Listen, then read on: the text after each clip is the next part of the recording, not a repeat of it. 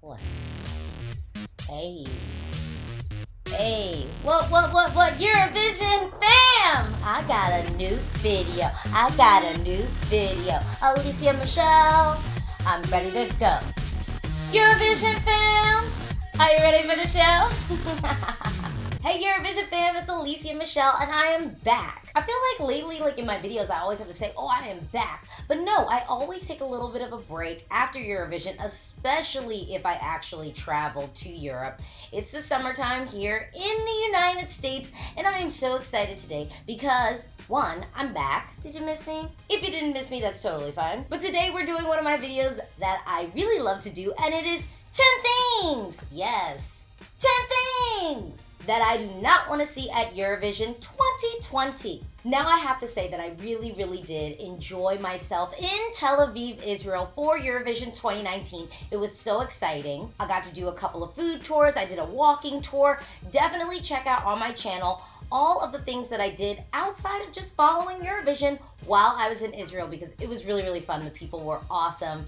I definitely would go again. But on to the video. Number 10. So you saw it. I saw it.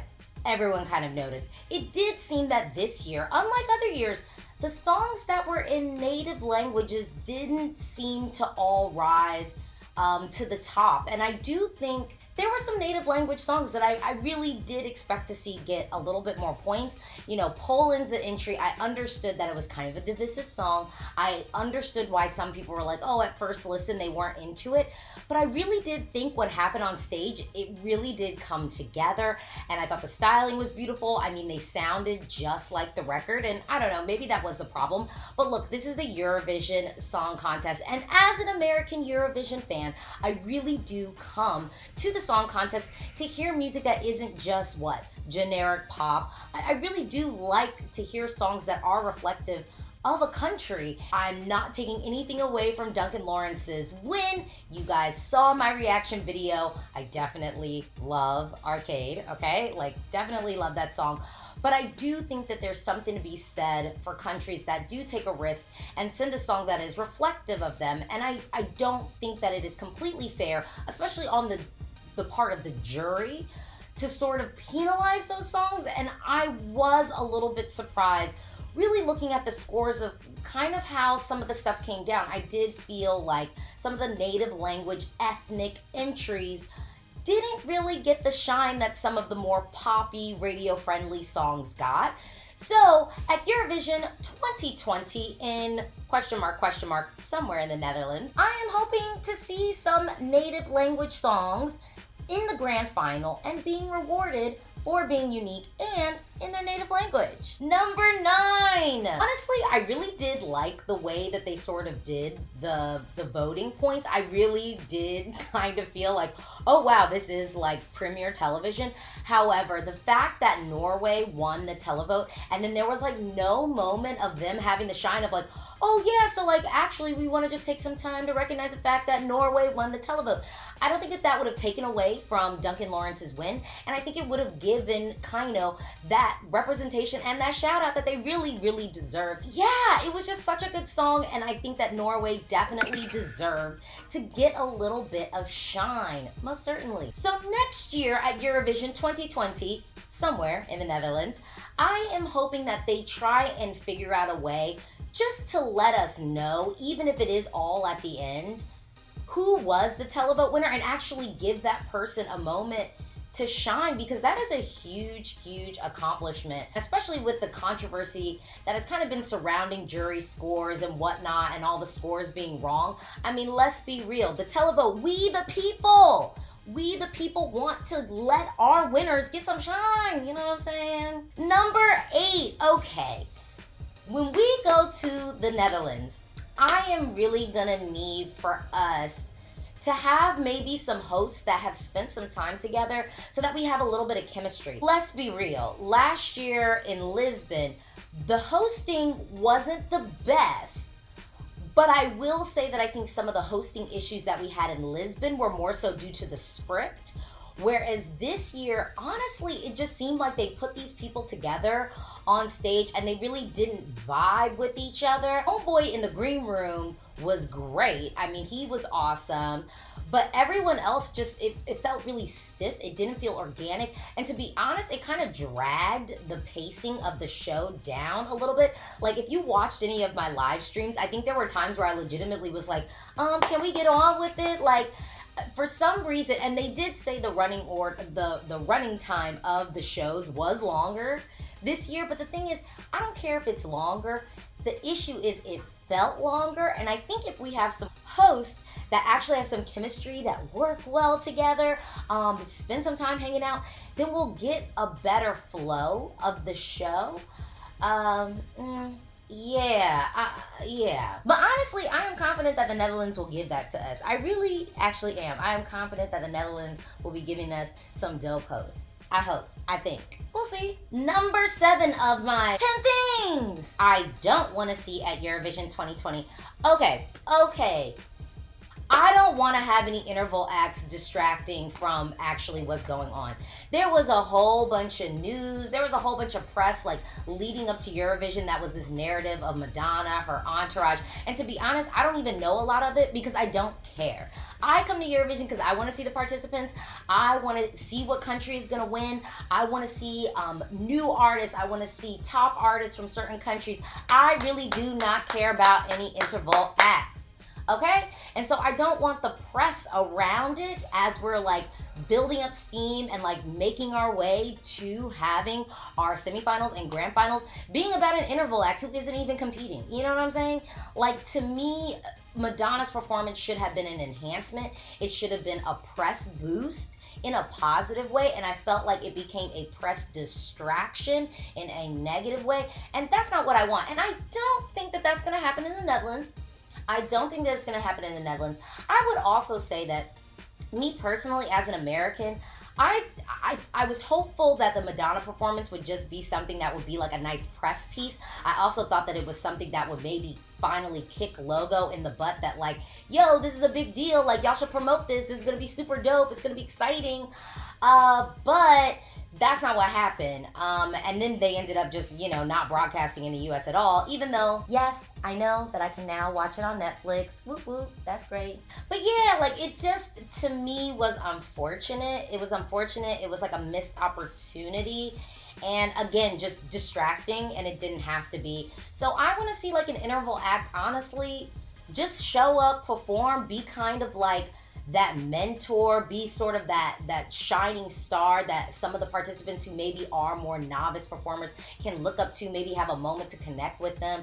Something like that. Something that's going to be a PR boost, not a PR distract. Number 6 of my 10 things that I don't want to see at Eurovision 2020 is messed up jury votes and points. Okay, I mean, look, you have one job. You have one job. You have one job to do. And if you cannot do that job, then you should not be a jury member. And to be honest, like, all the foolishness with this, like, oh, I think I might have ranked wrong. Oh, I did mine in reverse order. That shouldn't even be happening, okay? That is just absolutely foolish, okay? That should not be happening next year at all. So the scores need to be real clear.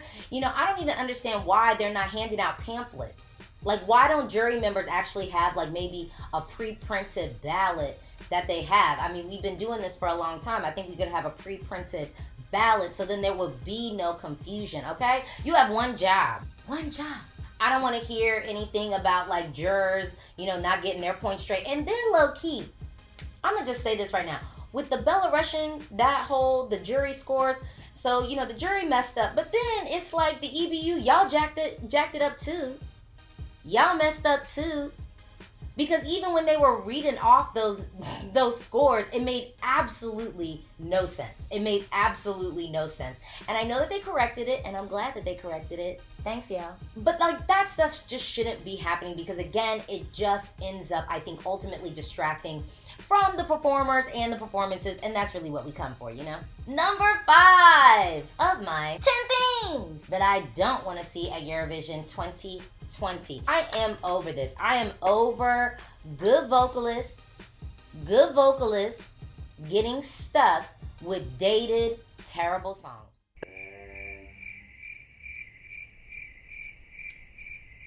It's like you are handicapping them. It's like you are kind of putting them in a position to where they're going to be kind of embarrassed because they're singing a song that is so dated, so old, so whack. Like, why? Why are we doing this? Why are we doing this? We want people to shine. We want people to look their best.